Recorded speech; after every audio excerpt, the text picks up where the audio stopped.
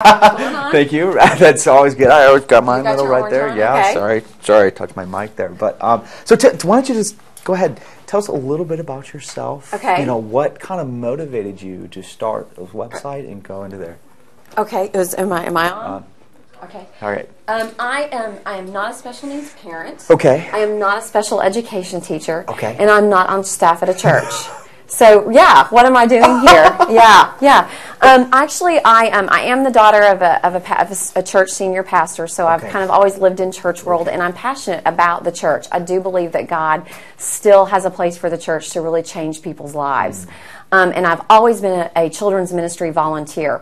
Well, 3 years ago, I started doing writing for ministry publications, and I did an article for a women's ministry publication coaching people on what to say, what not to say to a person in crisis. As Christians, you know, we often say the worst things when people are going through the worst things in their life.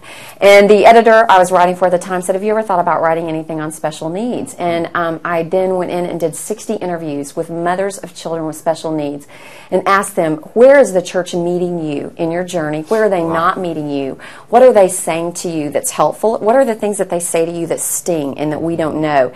And that was the first article I wrote. And then I realized that when I was teaching in the children's ministry environment, I teach 4th grade boys on Sunday morning. Along with my husband, I teach Wednesday nights, 1st grade boys, and I teach a vacation Bible school every summer. And in these same environments, I was seeing children who were high-functioning autism, ADHD, and other issues that they were getting therapy for in school, but they were able to participate in the regular environment, but they were struggling, and I was struggling as a volunteer. I didn't know how to reach these kids. And so I did more research and went and interviewed special education professionals and tried to take the information that they had and then translate it into a church setting, so to equip volunteers to better include these kids so that the moms could stay in Bible study, learn about Jesus Christ, and so that the kids could learn along the way as well. So what are you currently doing? You have a website. Okay. You do a bunch of research. So yes. kind of walk us through, like... What do I do? Right, I'm not exactly. sure I know either. I'm not sure I know. Okay, so I launched theinclusivechurch.com 1 year ago, exactly 1 year ago. Wow.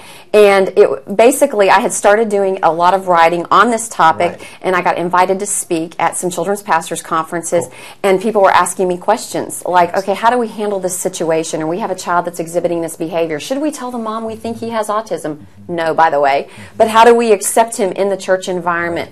And so I started doing research and finding people who knew the answers. And there are churches all over the United States that are doing awesome things to help kids. And so I feel like my calling is to find those churches that are doing the right things and the special education professionals, interview them, and then package that material, that information, into something that's accessible to other churches. And that's what I do through my website and through my writing. And now, along the way, a little bit of speaking too, is equipping churches.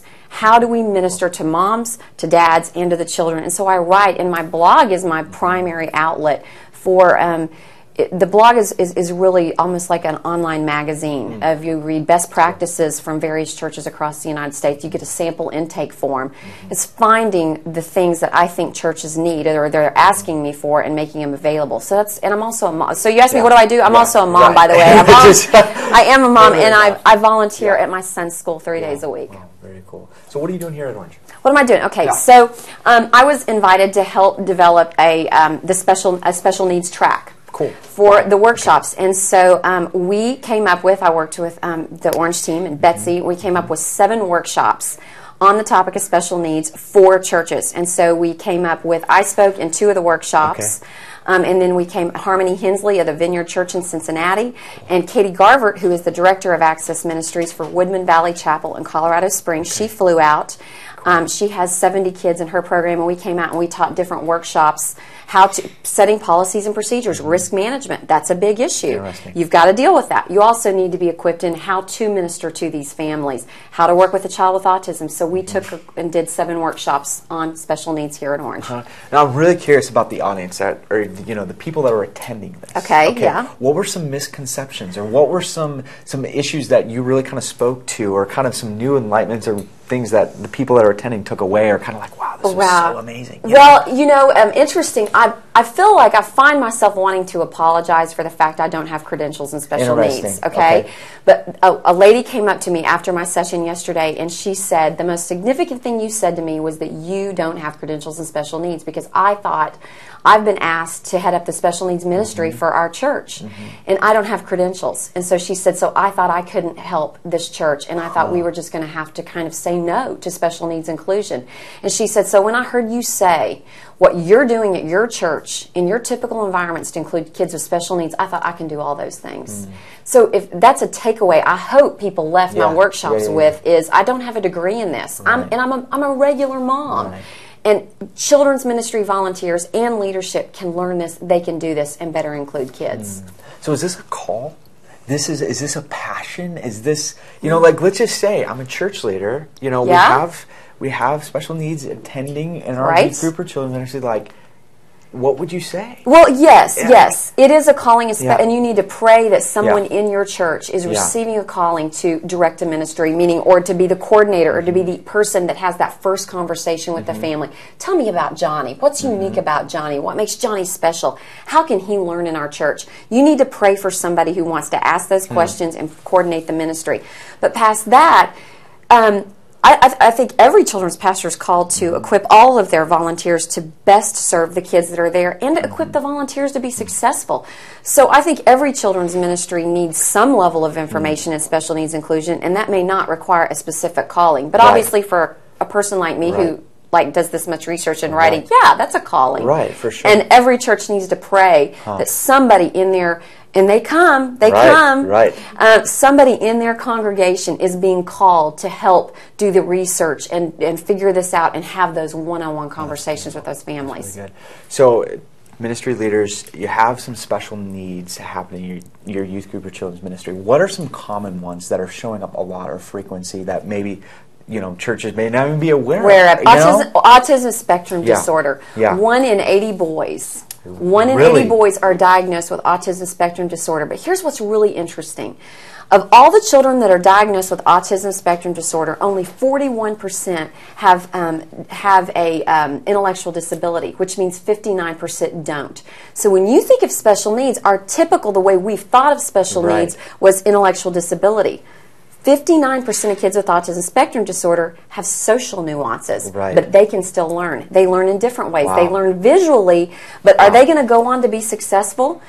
Not every kid that has autism is going to be successful in the way we define it in earthly terms. Not heavenly terms, not kingdom terms. But a lot are. I mean, when you think about famous people like Bill Gates, there's a lot of debate. Did Bill Gates have Asperger's? Now, I don't know that. But a lot of people who don't win any awards socially, but who go on and are very successful and are leaders in our society, a lot of them have issues. So it causes us to think about special needs differently, but many churches are having autism. Cool.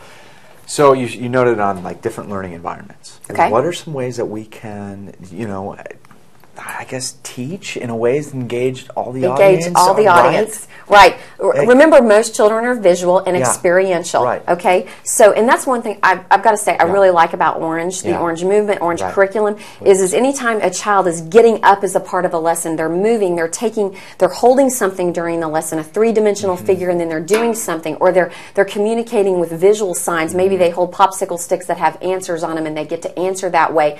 Those are ways that children who don't process, many children have processing issues. They don't hear you. I can be talking to you and the words I'm saying don't register with you. But then when all of a sudden, when I incorporate movement or I have pictures in it, they hear it and they get it. Every environment needs to do those things. Anytime in a children's ministry setting we don't use a story to tell a picture, it's a waste of time for over 50% of the kids in that class. So it's little things like that. The big group environments that Orange already does are just the 252, those kind of things. Those are excellent for most kids, although some have sensory issues, and that doesn't work for. We have to be sensitive to that, and we have to be willing to take them out of the setting when they start to get uncomfortable. That's where we provide buddies, so they can walk outside when the music's too loud, the lighting is too bright. They can walk outside, but then they can come back in when it's at a place they're comfortable to participate.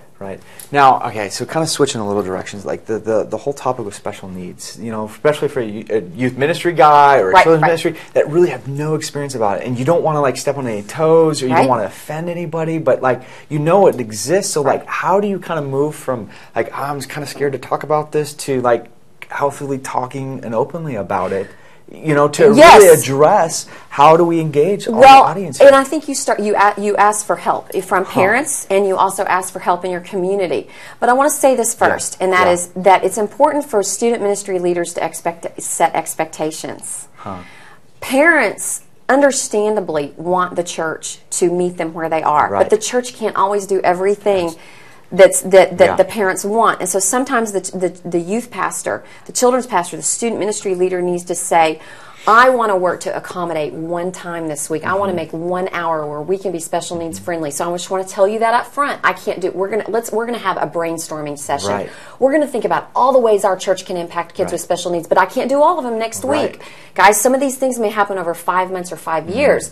Bear with me and educate me, but find special education professionals in your town. I want to mention something. Kathy Harwick, who was at Gateway Church in Austin, Texas. She talked about the fact she realized that their church didn't know what to do to accommodate kids with special needs. She called a meeting with the local superintendent from the school system. Superintendent Christian? I don't know. She doesn't know. She meets with the superintendent and says, we need coaching on how to include kids with special needs. Their school system, people from their school system, coach them through, here's what you do, here are some procedures you need to think about, here's some educational techniques. People who aren't necessarily even Christians are willing to help churches figure this out, and it takes people who are resourceful, like a Kathy Harwick at Gateway Church in Austin, Texas, to figure out how to do this. It's more about knowing who to call and calling them than knowing the information. Now, in my experience, and in these environments, when you have special needs and then you have the other students, and you know, like sometimes the other students don't know how to deal with that. How do you teach or equip or train without, you know, making a big deal about it? But like, how do you, you know, equip those other students to, you know, accept them for who God has made them to be? I think you start talking about differences at a really early age. And let me give an example of this. Okay, my son is 6 years old, and recently we were walking down the grocery store aisle, and we noticed a veteran who had just come home from Afghanistan. And it was a lady in a wheelchair who did not have any legs anymore. And he said, Mom, what's wrong with her? And I said, you know, everybody has differences in life, different life experiences. Sometimes people are born with differences, really cool. And sometimes they have different life experiences. You know how you can't eat milk, he can't have dairy products. Some people have differences in the way they talk. Some people have differences in the way they learn. You start with little things that children can understand, and you make it more normalized. And then you build into that so that your child has the opportunity, or in a ministry, to ask, they have a difference. It's okay to talk about it, and their value is no different. So you start talking about differences, not even special needs or disability. You just talk about differences, and you make sure when you tell those stories to children that you're making an effort to understand, but we all have the same value, especially in the kingdom. Cool. So how can people get in contact with you? Okay. My website's a great way, is theinclusivechurch.com. I also have my own website, amyfentonlee.com, and then my email address is amyflee@bellsouth.net. All right. Well, great. Well, thank you so much. Thank you, Jeremy. I appreciate it, and thank you so much for what you do. Thanks. All right. I believe we're ready to rock right into our